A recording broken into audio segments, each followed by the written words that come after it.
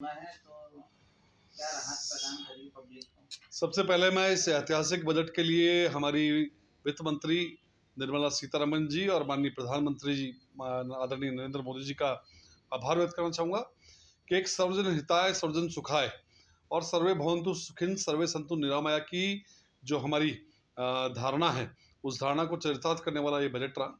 जिस प्रकार से हमने देखा कि आम आदमी के लिए ये बजट बना और किस प्रकार से आम आदमी की जेब में पैसा जाए, उसका पूरा विशेष ध्यान रखा जाए। जिस प्रकार से इनकम टैक्स के स्लैब के अंदर जो एक ऐतिहासिक 12 लाख तक एग्जम्प्ट किया गया है, ये अपने आप में एक बहुत बड़ा निर्णय है, जिसकी वजह से मैं कह सकता हूँ कि जो 1 लाख से नीचे सैलरी पाने वाले लोग हैं, उनको एक बहुत बड़ा राहत इसमें मिलेगी। और विशेष रूप से जो मध्यम वर्गीय परिवार हैं, उनके लिए बहुत ये मील का पत्थर साबित होगा।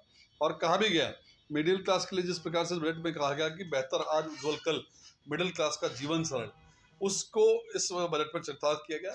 साथ ही जो हमारे देश के प्रधानमंत्री आदरणीय नरेंद्र मोदी जी ने जिस प्रकार से इस देश की 4 जातियां बताई है कि हमारे गरीब, युवा, अन्नदाता और नारी, इन चारों को समर्पित ये बजट रहा।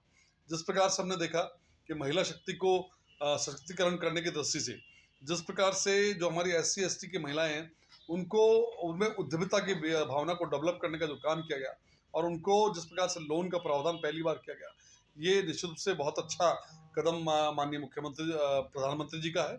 और जिस प्रकार से मैं बात करूं कि मेड इन इंडिया और आधार कार्ड का जो हमारा अपडेटेशन था, उस प्रक्रिया को सरलीकरण का काम किया गया है। जिस प्रकार से चिकित्सा क्षेत्र की बात करूं तो प्रत्येक जिला मुख्यालय पर जो कैंसर डे केयर सेंटर बनाने का जो निर्णय है, ये बहुत ही ऐतिहासिक कदम होगा। और साथ ही जिस प्रकार से दवाइयों पर 5% की कस्टम ड्यूटी को फ्री किया गया है, ये भी अपने आप में एक बहुत बड़ा कदम उठाया गया है। इसी प्रकार से युवाओं की अगर मैं बात करूं तो जिस प्रकार से स्टार्टअप इंडिया के अंदर 10 लाख से 20 लाख तक के लोन की व्यवस्था की गई है, या जो देश भर के जो मेडिकल कॉलेजों में 75,000 सीटें बढ़ाई गई है। 10,000 मेडिकल कॉलेज स्टूडेंट्स प्रति वर्ष जो नई सीटें बढ़ी हैं, इसका फायदा कहीं ना कहीं युवाओं को निश्चित रूप से मिलने वाला है। और जब हमारा देश का अन्नदाता है किसान, उसकी अगर मैं बात करूं तो जिस प्रकार से किसान क्रेडिट कार्ड की जो लिमिट थी 3 लाख से लेकर के 5 लाख की गई है, साथ ही PM धन धान्य योजना को प्रत्येक जिला स्तर पर लागू करने के साथ साथ सिंचाई व इंफ्रास्ट्रक्चर को बढ़ावा देने का काम किया गया है। ये अपने आप में एक बहुत बड़ा ऐतिहासिक कदम है।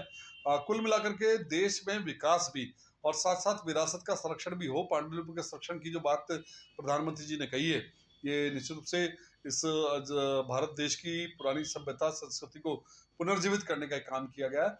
कुल मिलाकर के मैं अगर शॉर्ट में इसको कहूँ तो यह बजट आम जनता का बजट है, जनता के प्रति समर्पित बजट है। और कुल मिलाकर के हमारे देश के करोड़ों अरबों जो मध्यम वर्गीय परिवार है, उनके जीवन स्तर को कहीं ना कहीं ऊंचा उठाने का एक बहुत ही सफल बजट मैं इसको कह सकता हूँ।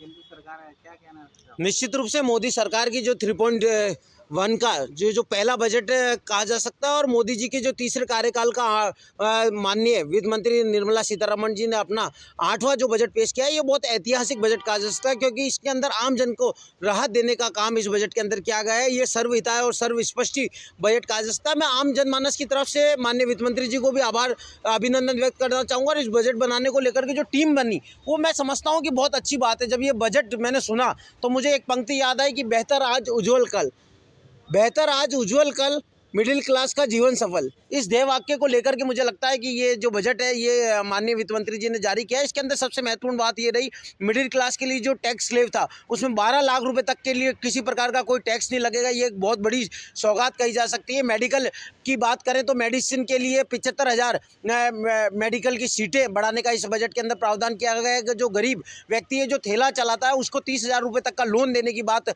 बिना किसी गारंटी के इस सरकार ने की है। और साथ ही साथ कैंसर के जिस प्रकार से रोगी बढ़ रहे हैं, उसके प्रत्येक जिला मुख्यालय के ऊपर डे केयर कैंसर की व्यवस्था इसके सरकार ने की है। किसानों की अगर बात करें तो 3 लाख तक का जो लोन मिलता था किसान क्रेडिट कार्ड के ऊपर, उसको बढ़ा करके 5 लाख किया गया है। प्रधानमंत्री आवास के अंदर प्रधानमंत्री स्वधा यूनिट का बजट बढ़ाया गया है। और निश्चित रूप से कहा जा सकता है, जल जीवन मिशन के तहत 50,000 करोड़ रुपए का अलग से बजट देकर हर घर जल से नल पहुंचाने का इस बजट के अंदर काम किया गया है। रिसर्च की स्थिति को बढ़ाया गया है। युवाओं को नए रोजगार के सर्जन बढ़ाए गए। 22 लाख नए रोजगार के अवसर इसके अंदर बढ़ेंगे। अनुसूचित जाति जनजाति के लिए विशेष प्रावधान करते 5 लाख जो ST SC की महिलाएं उनके लिए उद्यमों की इस बजट के अंदर व्यवस्था की गई है। और ये कहा जा सकता है कि 4 साल का जो रिटर्न है वो भी एक साथ भरा जा सकता है। मैं ये कह सकता हूँ कि सर्वव्यापी सर्वहितैषी ये बजट है। मैं इस बजट के निमित्त माननीय मोदी जी और हमारे निर्मला सीतारमण जी को धन्यवाद देना चाहूँगा। ये बजट मध्यम वर्गीय लोगों का बजट है, ये बजट शिक्षा का बजट है, ये विद्यार्थियों का बजट है। आप देखिए जिस तरीके से मध्यम वर्ग को जो इनकम टैक्स का स्लैब बढ़ा के 12 लाख रुपए तक लाया गया, सीनियर्स के लिए 50,000 से 1 लाख तक की एक्स्ट्रा छूट दी गई। ये बजट सबको कवेटने वाला बजट है। इस बजट में आप देखिए शिक्षा की नीति, जो आज हमारे को 23 नई IIT और 65,000 नई सीटें मिली है, ये बहुत साधुवाद का विषय है। मैं आदरणीय सीतारमण जी से बहुत प्रभावित हूँ कि इन्होंने शिक्षा और युवाओं को साथ में लेते हुए जो 5 नए national centre for skill centre खोले हैं, जो कि 3 सेंटर ऑफ एक्सीलेंस हमारे को दिए हैं। बहुत बड़ा विषय है कि IIT और मेडिकल में जो आवाम इन्होंने स्थापित किया है वो बूते ना भविष्य तो होगा। IIT और ISC की सीटें भी बढ़ाई है, 10,000 फेलोशिप भी दी जाएगी। मतलब आप ये देखने वाली विषय ये हो जाता है कि 20 लाख युवाओं को सरकार 500 टॉप कंपनियों में अपने खर्चे पर उनके इंटर्नशिप कराएगी और उन कंपनियों में उनका जो भी खर्चा रखने वाला है वो सब सरकार के पेटे जाएगा। तो शिक्षा और युवाओं को आगे बढ़ाने का काम इस बजट ने किया है। मैं बहुत आभार व्यक्त करता हूँ इनका।